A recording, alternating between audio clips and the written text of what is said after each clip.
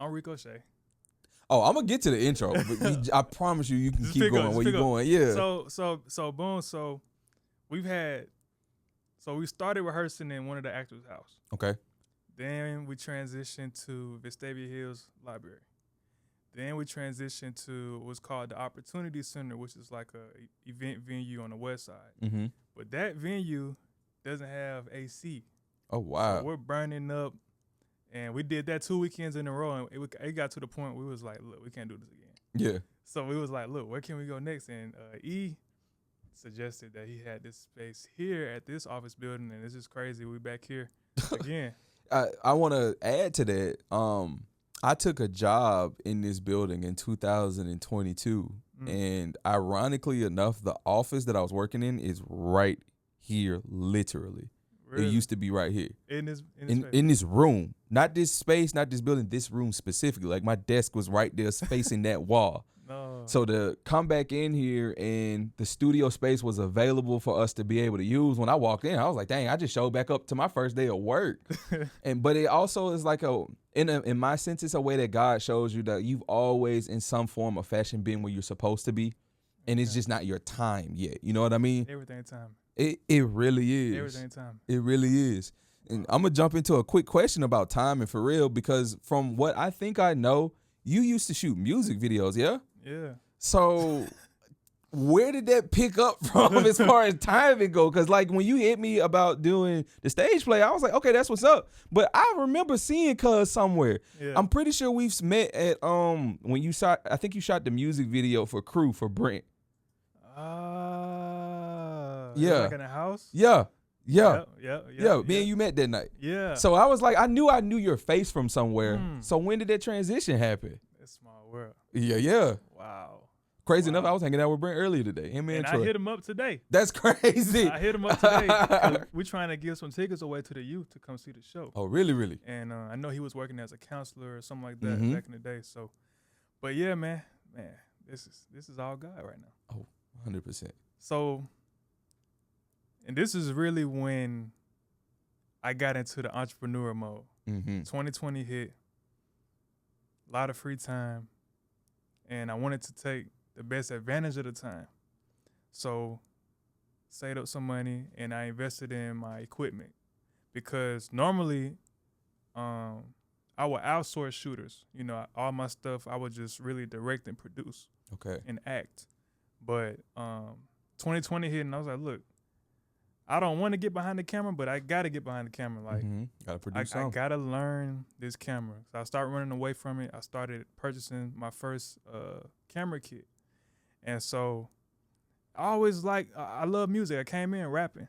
So that love for music and then the love for the film blended the two. And I started doing music videos. It was like a strategy. I was like, okay, I'm going to do 3 for free, build up a little reel, and then just start showing people what I can do. Yeah. And then I just started making a business out of it. That's what's up. Yeah. That's what's up. I love to hear people make a pivot in the transition. Yeah. Because I think that in life, we don't necessarily find what we're meant to do a lot later than when we made up our mind on what we're going to do, if that makes sense. You know what I'm saying? Yeah. Because like we get stuck in these careers or these jobs where we're just doing this thing and we're running this rat race. And then you finally get down the rat race and you're like, dang, actually, I'm really good at acting. Or for me, I'm really good at speaking. And it's like, dang, how do I go back in time and make this talent work?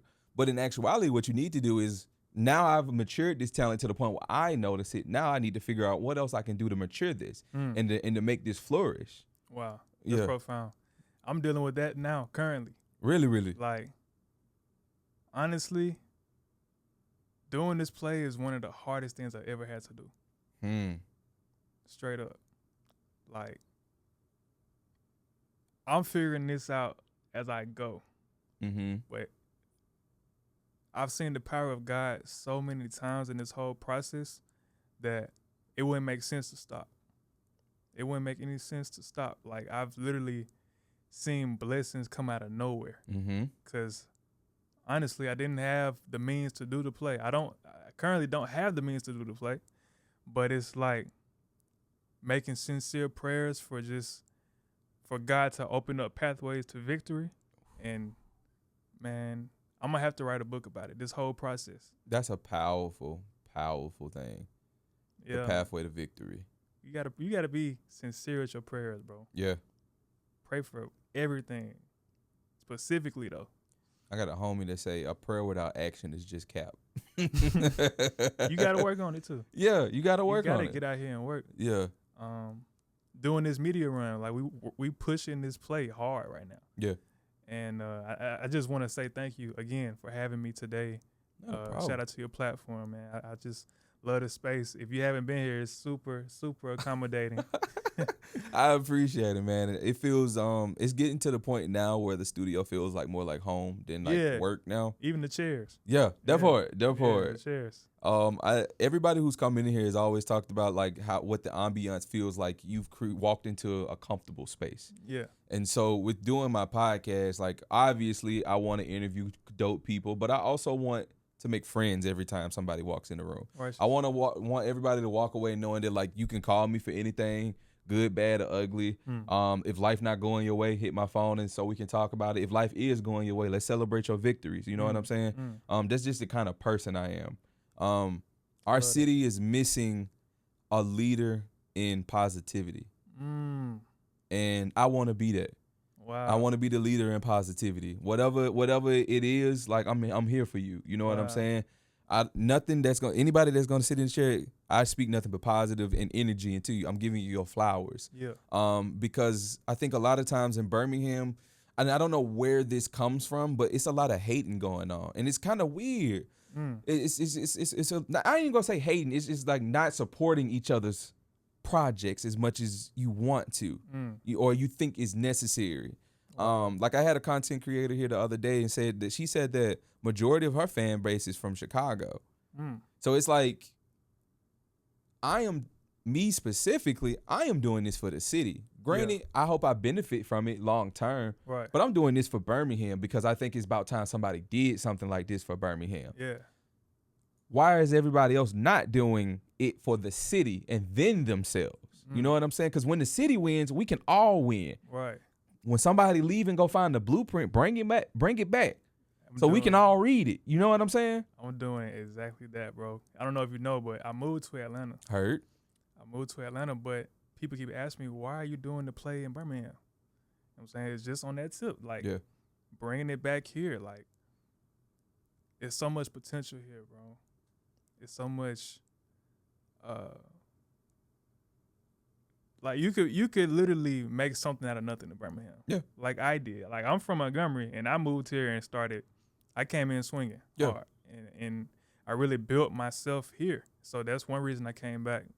But a guy told me a couple years ago before I left, he said that Birmingham lacks leaders.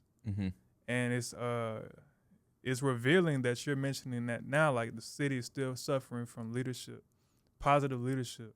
We have leaders, but is it leading what you need to follow? Yeah. You know, so again, your platform, man, is opening that door and that gateway, and may God continue to help it flourish, man. I appreciate that.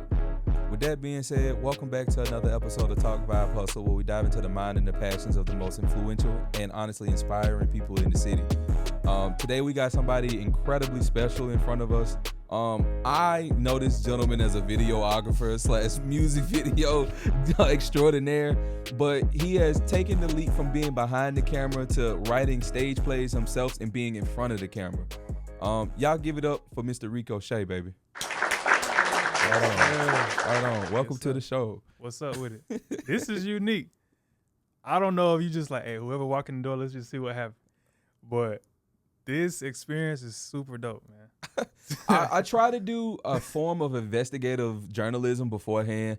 So I stalk you a little bit. I find out what you've been up to, what you haven't been up to. Like I knew you lived in Montgomery before you moved to Birmingham for a few years and then moved to Atlanta. I already knew that. You know what I'm saying? But I also, like I said beforehand, when I'm bringing people on, I want to give people their flowers. Like I told the gentleman, I want my flowers in my hand. I don't want them on top of my casket when I'm gone. Give them to me now so I can keep watering them, so I can keep doing the things that you like me to see me do, so I can keep building this platform. Right.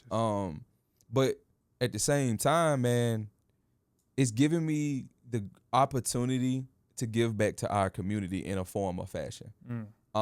It might not necessarily look like community service or anything, but it just feels like I'm giving back to the city, man. We had a TikTok go viral yesterday, and we got almost 400 followers in a day. Wow. And it shook me to the core. And like him and my wife was like, like this is the first step. Don't think that like everyone gonna be like this now. But in my mind, I'm just like, that's 400 people that didn't know about what we had going on a week ago. Right. And now we got 400 people that I can definitely dump my podcast into. You interested in what I'm saying? Here's 27 episodes of what I've been talking about. Here's 27 examples of real hustlers in the city that you live in that you know nothing about. And if you do know about them, here's their actual story because you know their content, you know the stuff that they post, you know the stuff that they write about. But do you know the person that's sitting right here in front of me? Did you know that Rico struggled and wanted to quit earlier? And at one point he didn't want this stage play to even become a thing. Like nobody knows that. So this is the time. Yes, sir. Yo. The camera being stupid. Not the one I set up, bro. Wait. This interview was like, whew. Yes, sir. What's crazy is I normally go live on all these interviews. Yeah. I got a new phone today. My old phone's still backing up, so I can't even like log into none of my apps right now. So literally walking in, start. Like, yeah, literally, I can't set up nothing. If you need to right now, you can. If you want I can't even log into the app. Oh damn. Yeah, I can't until they finish backing up. I hate to see it. Yeah, but I'm gonna definitely shout you out. Not a problem. Even if we can get a picture in. I was gonna say we can shoot a photo and do a little reel or something like that real quick. I'm down for that. Okay. You let me know when you're ready. I don't like how you said it. Give me some more energy.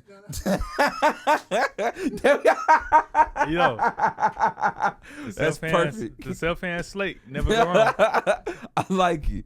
But yeah, man, it's just an opportunity to give everybody their flowers in person. So, was there a time when, like, after you started producing this stage play and looking at it for a totality of a project, was it a point when you was like, this is actually too overwhelming and I need to stop?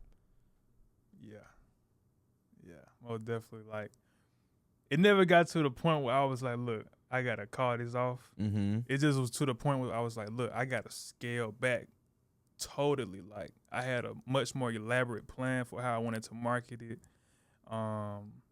Sponsors didn't come through. Like, shout out to my family. They've helped a lot of donors come through. Because this is, when I tell you, like, expenses just add up in this stage play arena, man, it's crazy, man.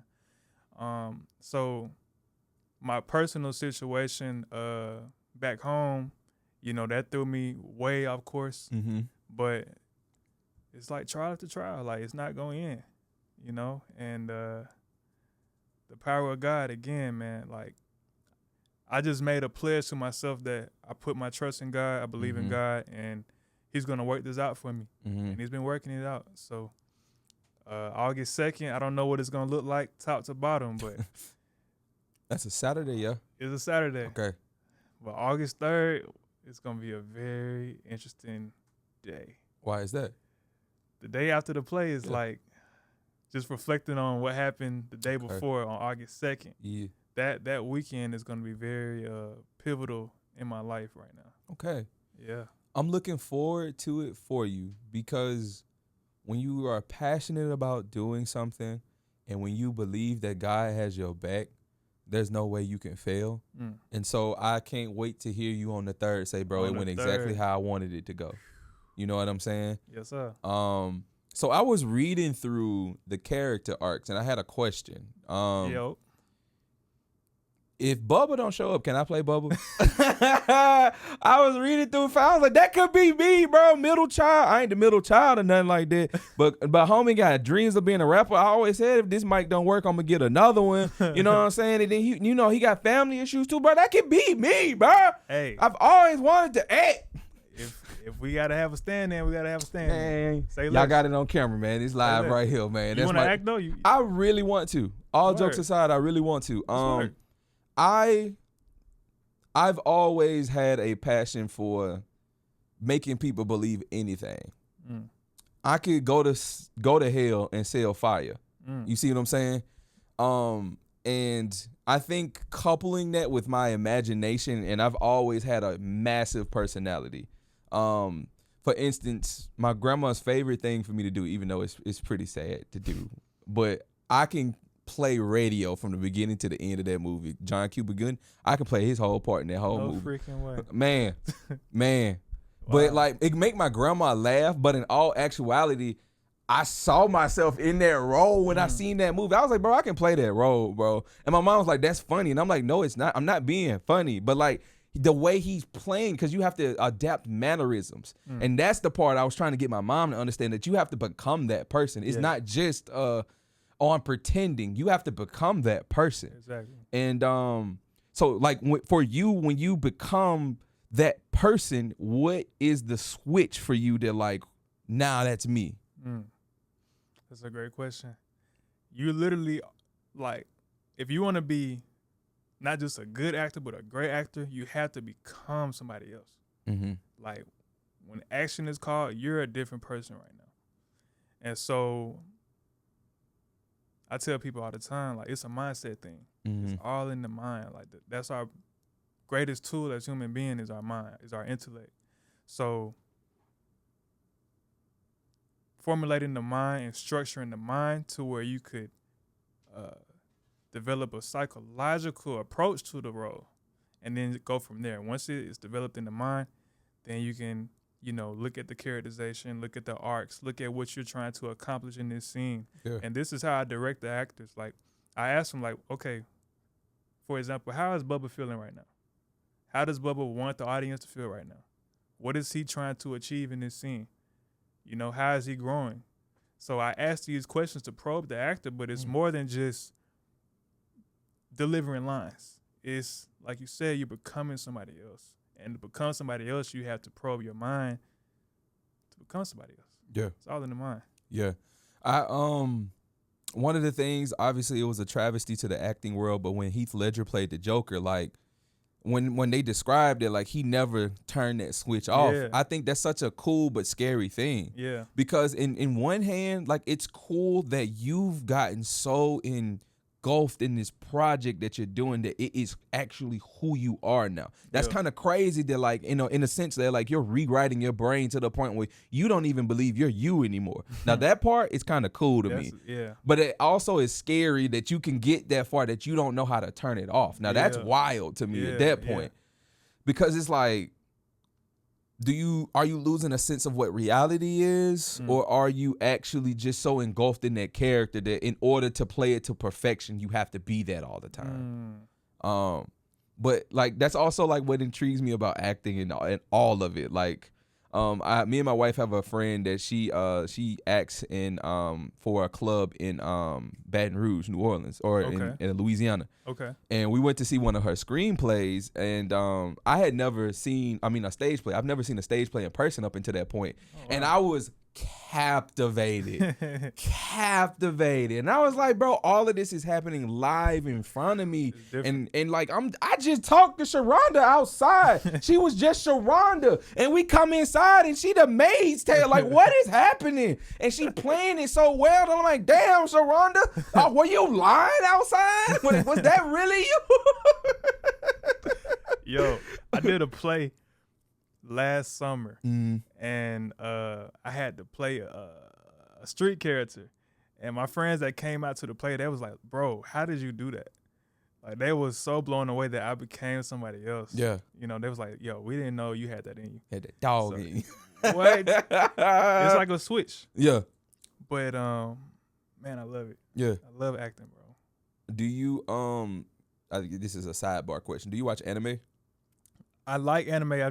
Honestly, I'm not watching any TV right now. Fair. But I do. I follow anime before in the past. Okay.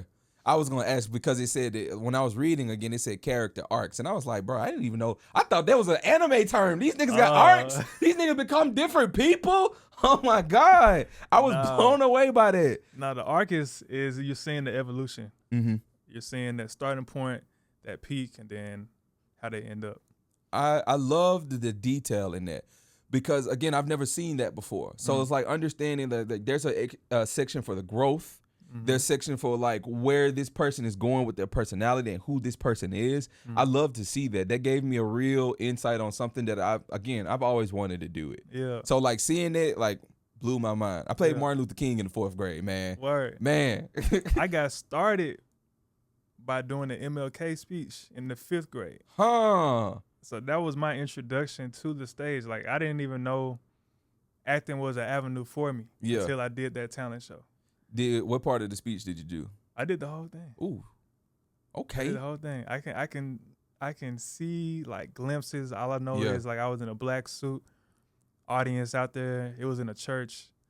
But the actual performance, I can't really remember that. But I see different little clips from that day. Yeah. But I knew at that moment I wanted to be an actor. Really, really.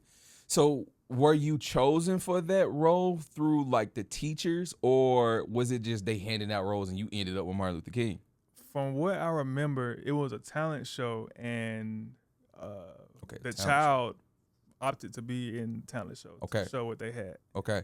So yeah, that was my introduction to theater. Prolific. Yeah. Go with MLK. That's prolific. He's one of my inspirations. Oh, come on now. Even then, he was. So. Yeah. The I Have a Dream speech for me is so profound because in my eyes, that was a monologue. I don't think that was it was written to be a speech. That was a monologue. It's performance. Yeah. Yeah. Yeah. For sure. And when he was like, my 4 children will be judged by the content of the character, the content of the content of their character, not by the color of their skin. Right. Like that's a monologue. That's a bar. Like for real, bro. Like listening to this, like God dang, G. Like, but in a perspective of understanding, just like Birmingham and the history that comes behind Birmingham, bro was hurting. Fam was hurting. That's quite a speech to deliver in that time, in that place. You think he was scared? I think he knew his assignment, and he didn't want to fail his assignment. We all got assignments. That part. Even with me doing this play, this is an assignment. Yeah. I got too much on the line. I cannot fail right now. Yeah. Like everything is on the line right now. Yeah. So he understood his assignment and he executed. He executed. Yo.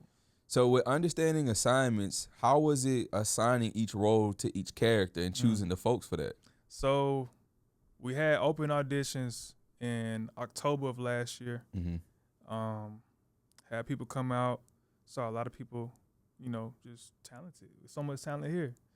And so some of the members in the cast, I knew automatically like this was gonna be this person. But some of them were harder to cast, like Tyrone. Tyrone really cares to play. And so I had to be very specific about casting him. We actually set the production back a little bit because we couldn't find the right Tyrone. And so after we got Tyrone, we had one other character, which is Ricky, who is in the play is the negative influence in Tyrone's life.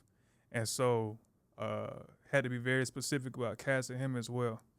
But I just got an eye for it, bro. Yeah. I just got an eye and a feeling.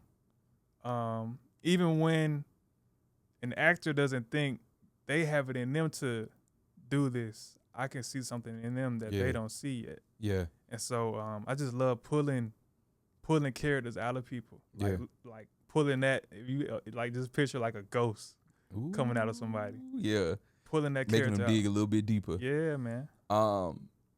There's a story. I'm about to go on a little tangent, but it's gonna go somewhere, I promise. So there's a story about this guy named Norm. Norm quit his job one day because him and his boss were having arguments about motorcycles, right? So Norm went on a walk. Norm went on a walk down Long Beach and ran into a college friend. His college friend's like, bro, I'm going to a party tonight in LA. You come with me, right? So Norm went with him to the party. They got to the party, and the whole time Norm was at the party, he was drinking. And he just honestly couldn't get over the fact that, like, what the argument was with his manager. So then Norm decides mid-party that he's just going to go up on the top of the balcony and speak to everybody at this party. And in this party, he just started going rambling. I hate my boss. I hate my job. I hate everything that he does. He doesn't listen to me. He doesn't know how to do X, Y, and Z. And everybody was captivated by what he said. But the second he was done talking, people stopped listening, right? And this gentleman approached him. And he said, hey, man, that monologue you just did was great. He's like, monologue? No, I'm just telling these people how I feel. And dude was like, no, what you just did was acting. You commanded the room. Everybody in here but listened to every pointer you made in that story and believed everything you said. Everybody down there hate your boss too. And then he said, I'm working on this project and I want you to be on it. The project was called The Walking Dead. And the guy's name was Norman Reed, the guy who played Daryl Dixon in the show. That's how he got that part. No freaking way. Ain't that crazy? That so when you talk about drawing that out of people, he had an opportunity to show it. So I can see what you mean by when you see it in people and they don't know nothing about it, and then you go and you snatch it out of it. And now he's one of my favorite actors. Yeah. He acted his butt off in Walking Dead to this day. Yeah. You know what I'm saying? So I can see what you mean by people not seeing that talent and wanting to bring that out. I tell people all the time, it's in you. Yeah. It's not on you. Yeah. It's in you. It's not on you. And some of this stuff, it's got to be in you. Some of this stuff cannot be taught. No diddy.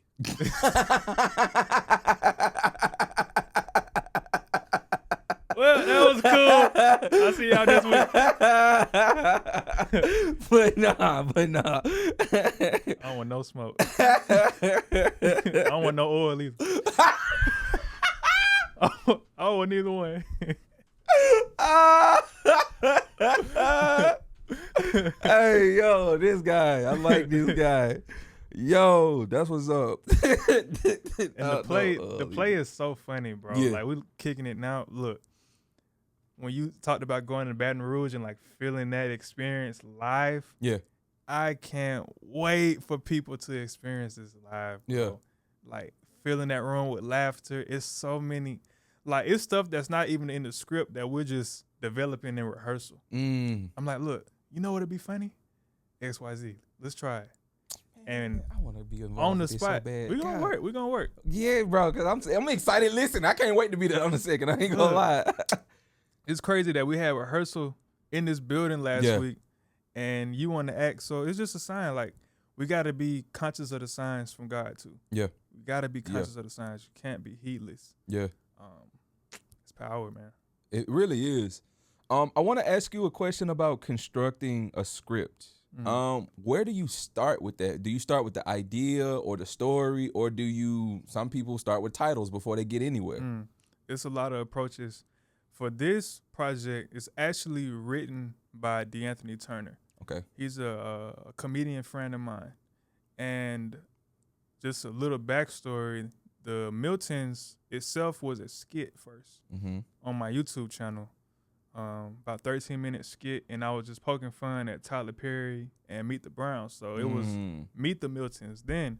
And I was like, yo, this would be a super dope stage play. And I just sat on the idea, marinated. 4 years later, I was like, look, I got to get this idea out of me. Like, we got to bring this to life some kind of way. And so just going from skit to script, I hooked up with D'Anthony, and we just, he constructed an outline. And so it was some things I was like, okay, definitely. And then some things I wanted to tweak. And so we ended up just having draft after draft. And it got to the point where he was pretty much done with it. And I just came on as a co-writer to just add some additional things.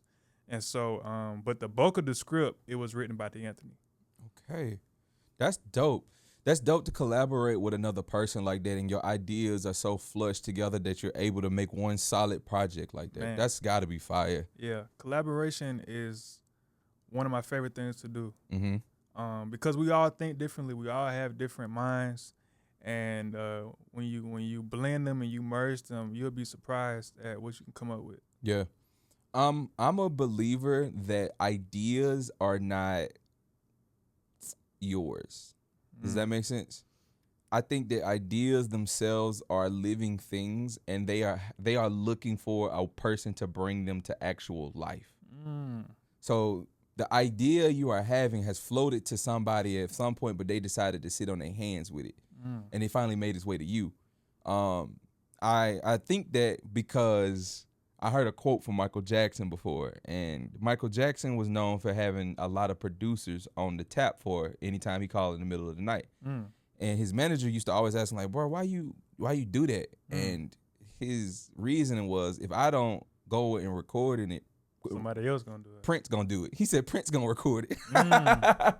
And so it's like, you know what I'm saying? When you understand that, like, just because I had this idea doesn't mean that nobody else in the world ain't thought of it, A, and B, ain't somebody else ain't working on it. So I love the fact that you have taken that idea that you had at one point and took the time to be like, okay, I did a little 13-minute this, but what else can I do? Right. You know what I'm saying? Yeah. And for you to meet somebody else who's like-minded and have that opportunity to combine those two powers together, that's what we need. That's collaboration. Incredible. Yeah. Incredible, man. It is. You're incredible. Thank you, bro. You too, bro. I appreciate it. We got to do a better job at, like you said earlier, like saluting then in that moment. Yeah. Not waiting till the casket drop. Yeah. You know, unfortunately, you know, a couple days ago, Malcolm Jamal Warner, Yes, drowned unexpectedly. Unexpectedly. Like, and it's just stuff like that when it really hits you. Like, look,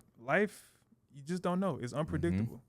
So, I always try to salute immediately. Yeah. Immediately, because I never know when I'll see you again. Exactly.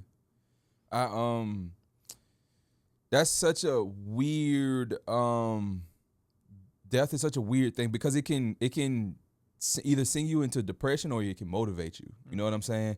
And so, like, I had a cousin pass away about 2 years now, almost 2 years now.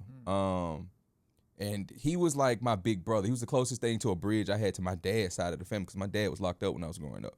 So, like, without that cousin specifically, I wouldn't have never got to know my dad's side of the family so well. And he died last year, or a couple years ago now. And I lost it, real life, because, like, I just didn't understand how I could make sense of it. Bro kid is the same age as mine. You know what I'm saying? We talk all the time. And then even when I started out on my journey of podcasting, back in 2020, my mom bought me a small podcasting kit. And the only time I used it was to record a 2-hour video with that cousin specifically and our other cousin. And it, like, put things in perspective for me when he passed away, because it's like during the video, there's no audio because I messed up the audio. Obviously, I didn't know what I was doing. But I remember us talking about him saying, like, cuz this podcast thing could be yours. You just got to go get it. And then, like, him talking about, like, we need to lose weight. You know what I'm saying? Because we big and this, that, and the third. And he died from a heart attack. I immediately got in the gym. I've lost 70 pounds since he passed away. No way. But it's just like, it can motivate you or it could send you to a depression. So, like, just like when Malcolm Jamal Warner passing away, I hope that motivates somebody. You know what I'm saying? It turns on that light in somebody like, bro, I always loved that man. He was a great actor, and I've always, like, played around with some of his roles. What if I tried for real? You know what I'm saying? So I really hope that his death brings light to somebody else. Because that was a powerful man with his voice. You know what I'm saying? He was super talented, bro. And it's just shocking, bro. It's just like it's eye-opening. And I'm sorry to hear that about your cousin too, man. I appreciate it. I know death it's not easy for anybody. But from God we come, from God we must return. There you go. So there you go. I always look at it like they're in a much better place than where we in. God, well, don't we know that's the truth these days in this economy? Boy, a $5 biggie bag going to 10. Yeah, man. Hey, yo. It's a beautiful life, though. Yeah, it is a beautiful life. Life is a beautiful struggle. One of my homies say that all the time. You got to tat it on him. I rock with that because it is. And it's a beautiful journey. So with this stage play coming to life, what do you hope that it brings you in the next steps?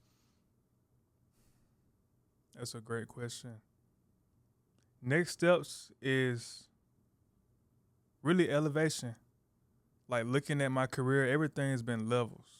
Level 1, level 2, level 3. So just trying to go to that next level. Like this has got to pay off. Like I want to do this for the rest of my life. I got to make a living out of this. I want to provide for my family off of this. So that's what's next is just getting bigger and better. Yeah. Having bigger budgets, working with high scale talent, touring this play, different cities, having it requested to come.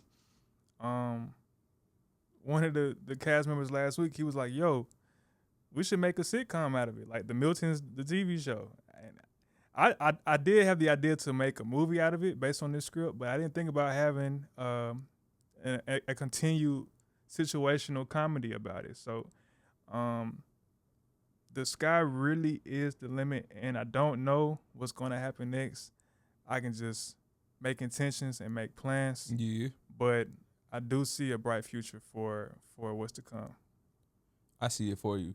Thank you. I see it for you. You're radiating what it takes to get to the next level. Yes, sir.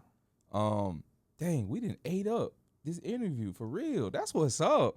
We typically only do like 45 minutes, 37 minutes. I got 3 questions left. God dang. Okay. That's what's up. Okay, so I'm kind of tight. So first question then I like to ask at the end of the interview is if a future version of yourself was to walk in that door right now, you have 2 questions to ask. What would those 2 questions be? The future self. Yeah. Did you get married yet? Ha. And are you a millionaire yet? Okay. I want to speak on actually both of those for a hot second. Are you dating to marry now, or are you dating to enjoy yourself? Trying to get married, man. Okay. How old are you? I'm 27. Okay. Damn, you young. Dang, that made me feel old to say that. How old are you, bro? I'm 30. 30. Yeah, that made me feel old to say that. Like, damn, you young. But like, that was the first thing that came to my mind. Damn, you young. I stopped looking at my number, man. Like, Yeah. I don't like people asking me how old I am. That's fair. Like, I still feel like I'm 20. Me too, bro. I still feel like I look like I'm 20, and I still Yeah. feel like I am 20. But just hearing myself, I'm 27. Like, dang. Dang, time ain't waiting You know on what I'm saying? me. Then I'm gonna get that. Yeah, I'm 30. Yeah. That's what I'm scared of. Man. I don't want that 3 in front. Can I? I don't want keep the 3. Keep the 3 away from me. So let me touch. Let me touch on the 30 change. What I can tell you that I've 100% experienced in my 30s is understanding self-worth and self-value, and understanding what it means to pursue what I want. I think I spent my entire 20s pursuing what other people wanted from me. Whether that be career-wise, whether it be life-wise, just everything. I was pursuing what everybody else wanted from me. And then when I got to my 30s, like the realization happened is like, bro, I'm not doing nothing that I want to do anymore. I realized like through therapy that I was trying to work this cool, super cool, awesome job to travel all the time so I can make my certain people in my life feel like validate me and want to be around me. And when in actuality, like, yeah, the money's dope, but like I actually enjoy the purpose of my job rather than the perks of it. You know what I'm saying? And I was afraid of my 30s. I really was. I'm not even finna sit and act like it, because like out of my friend group of my older friends, I'm the youngest out of like my friend group of my older friends. Okay. And so like I remember like specifically saying this at 24, like, damn, y'all niggas in y'all up like older 20s. You in your early 20s, you know what I'm saying? Yeah. And now here I am, I'm 30, and I'm like, that's insane how fast it just went. Like, it never waited on me. It never waited. I mean, just looking back, you go from getting the spankings around the house to, I'm gonna speak about me now, getting getting wrote up in school, Me too. to in-school suspension, high school quotes in a yearbook, college pursuit, career pursuit. You know, it just chapters, levels. Very much so. It never ends. It never ends. And I also want to speak about the millionaire part. And it was speaking about a realization I had the other day. I interviewed somebody lately who has have a lot going on as far as like social media goes, but this same person was just telling me some of the woes of what comes with it. And they explained to me like what you see on the outside, you think like I'm making X, Y, and Z, but I'm really only making this. And so that realization came to me is like, dang, in my mind, I'm thinking when I get to X amount of followers when the podcast or X amount of this, X amount of that, then I'm straight. But in actuality, it doesn't work like that. So my question, I guess, to follow up you becoming a millionaire, what do you think is going to be that thing that sets that number in your account? Do you think it's going to be your consistency? Do you think it's going to be the passion? Or do you think that it's actually going to be the fact that I did an original project that can't nobody touch? That's major. I think it's going to be a major deal. It's going to be something in writing on a contract, some type of agreement that's going to be like, look, this is it. Like you made it. Yeah. I think that's what that looks like. It's going to be some type of development that I don't know what it's going to be, but it's going to be astronomical. I can see that. Yeah. I can see that. And that's the thing. You got to see it. Yeah, you got to be delusional almost. You got to see what people don't see. Yeah. And so that's why I named my company So Visionary Films, because I see everything. Like I told you earlier, I got an eye. And you have to have an eye in this business. You have to have an eye for comedy. Like everything's not funny. Like you have to have an eye and a feeling for what's gonna hit. Even when we're rehearsing this play, like is the audience really gonna laugh at this? Like we're designing it to be. It's funny now to us, but is it gonna really be funny when we do it? Does that actually resonate? Yeah, to resonate. So you have to have an eye in and timing like that. Like everybody's go in timing. Everybody gotta have timing to be funny. Yeah. I tried stand up one time. Yeah. I haven't tried it again. Really? I've always wanted to try that as well. Yeah, I want to do it again, but I need a writer. Okay. Until I get good at it, like that's a whole nother arena in itself too. And you have to be real with yourself. Like people just doing stuff to do it. Yeah. Like, I can tell. Like you studied this podcast game. You studied journalism. You studied how to do research, how to be yourself on camera. Like this is art, and a lot of people play with art, but you have to be very particular and do your research. Yeah. So comedy is one of those things where you really should study it because it's another art form. And that's just something I realized, like, I need a writer. I can perform it like I'm an actor. I get the script. It's a script at that point. Yeah. But in that moment on stage, it's different. Yeah. It's different, man. Did you do a lot of public speaking throughout your life? It's actually increased. Like, I've stepped into more leadership roles with different organizations. So, speaking to crowds, speaking to youth. It's kind of just increased over time, but it wasn't really something that I had intentions on doing. It's just kind of like getting requests or putting stuff together, and I had to talk to the cast. I had to do a huddle meeting before we start rehearsing. Yeah, stuff like that, and it just kind of started molding me into more of a speaker type of role. Yeah, I think becoming a public speaker is all about taking advantage of the times when you are in front of a bunch of people. So like my old job, every other Monday I would have to do about a 15-minute section of a orientation to about 80 people. And in doing it, I found out that was my favorite part of my job. Like, you mean for 15 minutes, everybody got to listen to me? And y'all telling me as long as I keep it close to these slides and still talk how I want to talk, that I can do whatever? Say less. I turned everything into like a comedy show. I made some of the stuff that's supposed to be important funny. I gave real life examples of stuff that's happened to me or not me, depending on how you take the story. Yeah. But my supervisor, and actually it was I don't even think it was it was a supervisor from a different department, but he used to watch. And every time he'd be like, man, you so damn good at that, bro. Like, the way you hit the button, the slide change, you already talking about what's on the slide without even looking at it. But yet everybody in the room so engaged with what you said. So, like, little confirmations like that is letting me know that, like, this is what I'm supposed to be doing. You know what I'm saying? You're going to get signs. Like, I'm gonna tell you something that's gonna trip you out. We did our first interview on the Absolutely Pressure podcast. It's a new podcast here in the city. The first week of July, and so after the interview wrapped, me and her name is Stephanie Bird Smith. She's playing Auntie Angie in the play. So we did. That's my role. That was my other role. We can change to Uncle Angelo. Go ahead.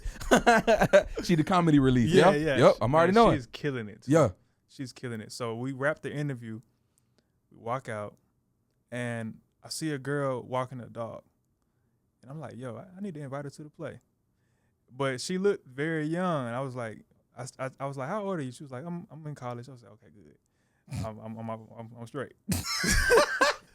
I had to make sure. Yeah. And I was like, "Look, I'm doing the stage play August 2nd. I really like for you to be in the building. Are you going to be available?"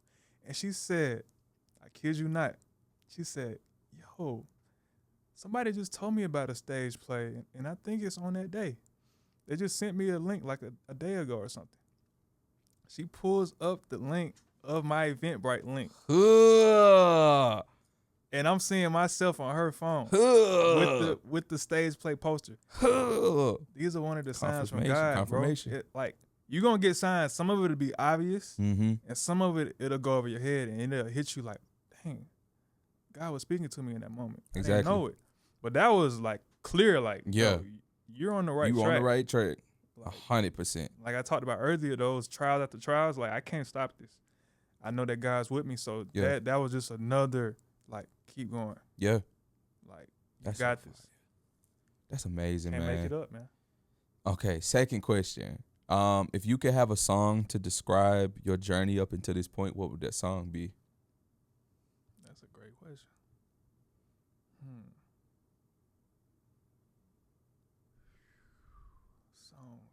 Song. Take your time. We can edit this part. It's so much music.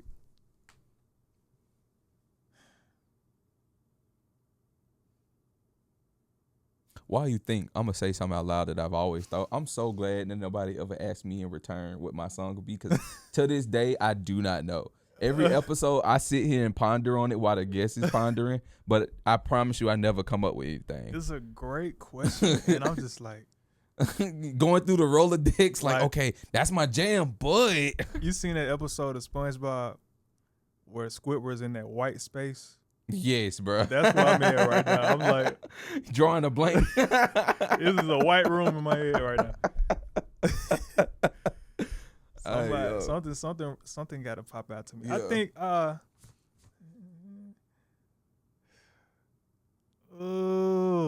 it's which one?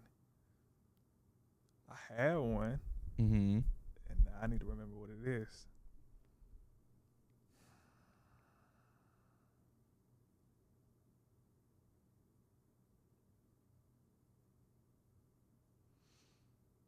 Or you can say pass. I don't want to botch the answer, bro. You can say pass. I don't want to botch the answer. I bet if we could get it offline, I bet it'll hit me. Yeah, but it's not hitting me right now. I'm in that white room right now. That's fine.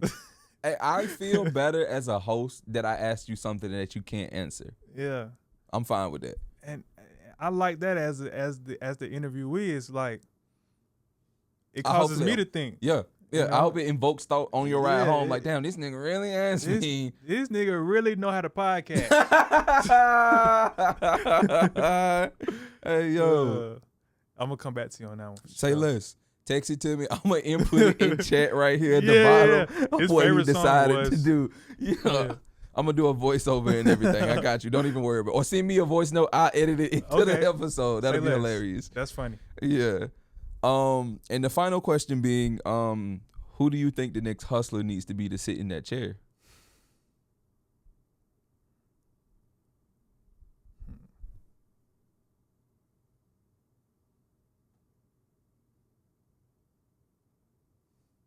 I gotta recommend her because she recommended me to you. Have you done Ashanti yet? I have not.